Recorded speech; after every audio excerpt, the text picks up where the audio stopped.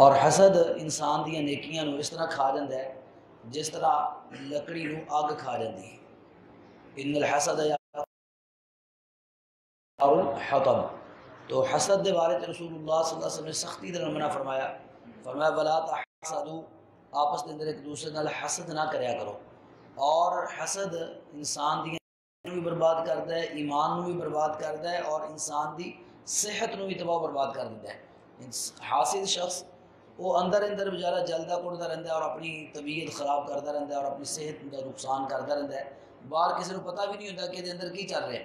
بسا اوقات جس بندے دے بارے جو حسد کر رہا ہوتا ہے اس بندے کو خود علم نہیں ہوتا کہ یہ میرے بارے کی سوچ رہا اور کی نہیں سوچ رہا، اور حاسد اپنے آپ کو جلاتا رہتا ہے، یعنی دوسرے کو نعمت دی سزا اپنے آپ کو انسان دیتا ہے۔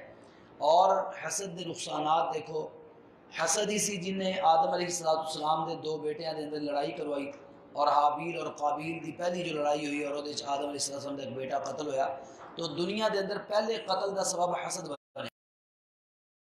یوسف علیہ السلام دے پائیاں نو جو نبی دے بیٹے نے یعقوب علیہ السلام دے آپس دے اندر نہ صرف ایک دوسرے کا نقصان کروایا بلکہ یوسف علیہ السلام نو کنویں دے اندر پھینکوایا،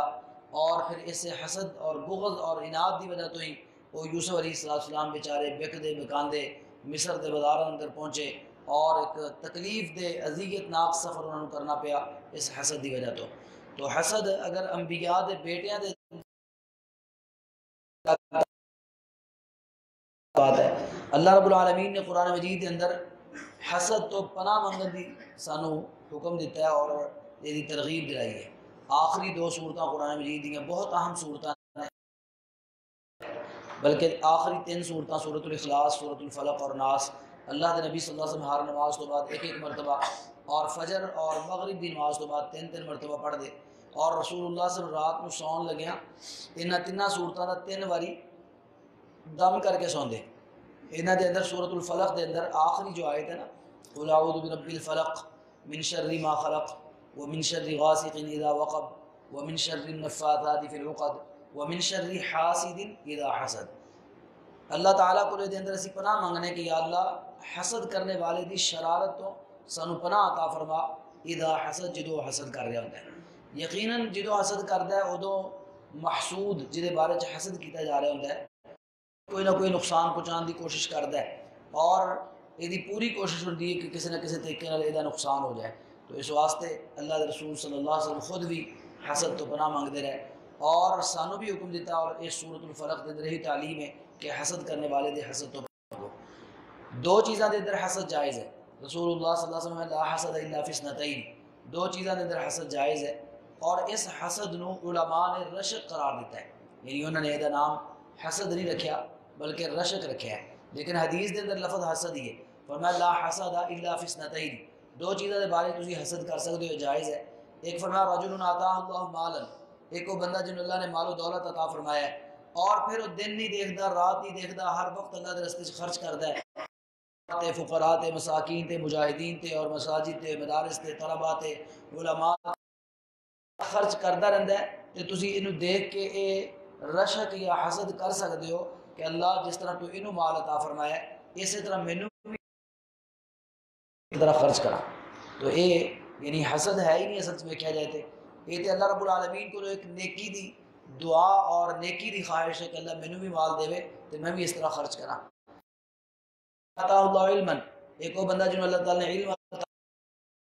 اللہ دا علم پھیلا رہا ہے، قرآن لوگوں کو سنا رہا ہے، قرآن دی تبلیغ کر رہا ہے، وعظ و نصیحت کر رہا ہے، قرآن پڑھ رہا ہے، قرآن پڑھا رہا ہے، سن رہا ہے، سنا رہا ہے، وہ دے بارے تسی رشک کر سکتے ہو کہ اللہ مینوں بھی اسی طرح قرآن یاد کروا دے، اسی طرح مینوں بھی علم عطا فرما دے، تو میں بھی اسی طرح تیرے دین دی تبلیغ کراں، لوگوں کو قرآن پڑھاواں، لوگوں کو قرآن سناواں، اور قرآن دی طرف لوگوں کو لے کے آواں، تو یہ رشک کیتا جا سکتا ہے کہ اللہ مینوں بھی قرآن دا اسی طرح علم عطا فرما۔ تو اللہ تعالیٰ نے سانوں موقع بھی دیتا ہوتا ہے اسی قرآن دا علم حاصل کریے اور محنت کریے، اور پھر اس قرآن دے علم حاصل کر کے خود بھی عمل کریے اور لوگوں نے بھی عمل دی دعوت دیئے۔ تو آج دے درس اندر یہ جڑی خامی میں عرض کر رہا ہوں جو آج دے دور اندر بہت زیادہ ہے، سب تو زیادہ یہ خامی ساڈے طبقے چ علماء چ مولویاں چ مساجد ائمہ چ اور مساجد کے متعلقہ لوگ جڑے نے انہاں وچ سب تو زیادہ یہ خامی اور کمزوری حسد والی۔ اور پھر اس تو بعد حسد باہر دے لوگ نہیں کرتے، رشتہ دار آپس دے اندر ہی بھرا بھرائی ایک دوسرے تو حسد دے اندر مبتلا نے، اور بس ان دیکھی تکلیف دے اندر خود ہی اپنے آپ کو جلائی جاندے رہندے نے، حالانکہ یہ فائدہ کوئی نہیں، نقصان ہی نقصان ہے، دین بھی تباہ دنیا بھی تباہ۔ اس واسطے کسی بھی بندے کو دیکھ کے کوئی بھی نعمت وہ جلن یا سڑ محسوس کرنا، انسان کو اگر زیادہ ہی ضرورت ہے تو اللہ تعالیٰ کو دعا کرے کہ اللہ مینوں بھی عطا فرما۔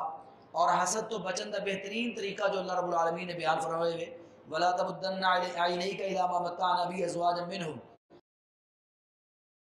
لوگاں نو انعامات عطا فرمائے نے، جو نعمتیں عطا فرمائیاں نے، انہاں دی طرف اکھ اٹھا کے بھی نہ دیکھو، انہاں دی طرف نظر اٹھا کے بھی نہ دیکھو۔ جدو انسان کسی دی نعمت وال ویکھے گا ہی نہیں اندر مبتلا ہوئے گا۔ اس واسطے رسول اللہ صلی اللہ علیہ وسلم نے فرمایا انظروا الی من هو اسفل منکم ولا تنظروا الی من هو فوقکم، تسی اپنے تو کمزوراں نو ویکھیا کرو، ماڑیاں نو ویکھیا کرو، جو تواڈے تو کم تر نے، مالی طور تے تواڈے تو کم ترین درجے تے نے، انہاں نو ویکھیا کرو۔ ولا تنظروا الی من هو فوقکم، اونچیاں نو نہ ویکھو، کوٹھیاں بنگلیاں نو نہ ویکھو، گڈیاں کاراں نو نہ ویکھو، کیونکہ جدو انسان بڑیاں وال ویکھدا ہے پھر یا تو دی خواہش پیدا ہوندی ہے، اور خواہش نو پورا کرنے واسطے جائز ناجائز حرام حلال دی تمیز ختم کر دیندا ہے، تے یا پھر اگر کچھ نہیں کر سکتا تو پھر اندر اندر سڑدا ہی رہندا ہے۔ تو سڑن کوڑن دی بجائے ادھر دیکھو ہی نہ، تاکہ حسد سے مبتلا ہی نہ ہو، انہاں وال ویکھو جو تواڈے تو کمزور نے، تاکہ جڑیاں نعمتاں اللہ نے تانوں عطا فرمائیاں نے تانوں چنگیاں لگن اور تسی انہاں نو حقیر نہ سمجھو۔ اللہ پاک سانوں اس بیماری تو محفوظ فرمائے، اور رمضان ساڈے دل صاف ہونے ایک دوسرے بارے اللہ سانوں دل صاف رکھن دی توفیق عطا فرمائے۔ آمین وما علیہ الا البلاغ المبین۔